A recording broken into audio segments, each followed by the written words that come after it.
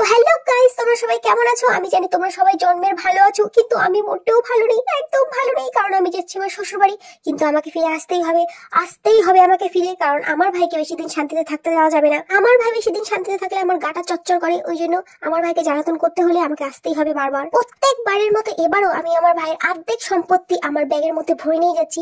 মানে আমি একটা লাগেজ আর 5খানা ব্যাগ নিয়ে যাচ্ছি শ্বশুর বাড়িতে। যদিও আমার বাবার বাড়ি থেকে আমার শ্বশুর বাড়ি খুব একটা বেশি টাইম লাগে না যেতে, মাত্র 5 ঘন্টার রাস্তা, 5 মিনিটেই চলে যাওয়া যায়। কারণ আমি যাতায়াত করি হেলিকপ্টারে। তো যারা আমাকে পছন্দ করো না তারা বলতেই পারো যে এটা একটা ট্রেন, এটা মোটেও হেলিকপ্টার না। তো তোমাদের চোখে নেওয়া হয়েছে।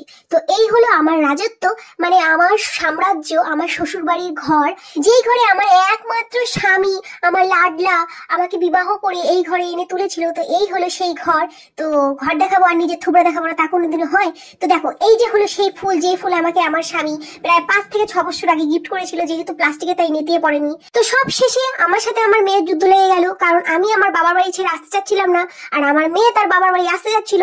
ওই জন্য ওকে উধুম কেলানি দিয়ে আমি শেষমেশ যুদ্ধে জয়ী হয়ে গেলাম।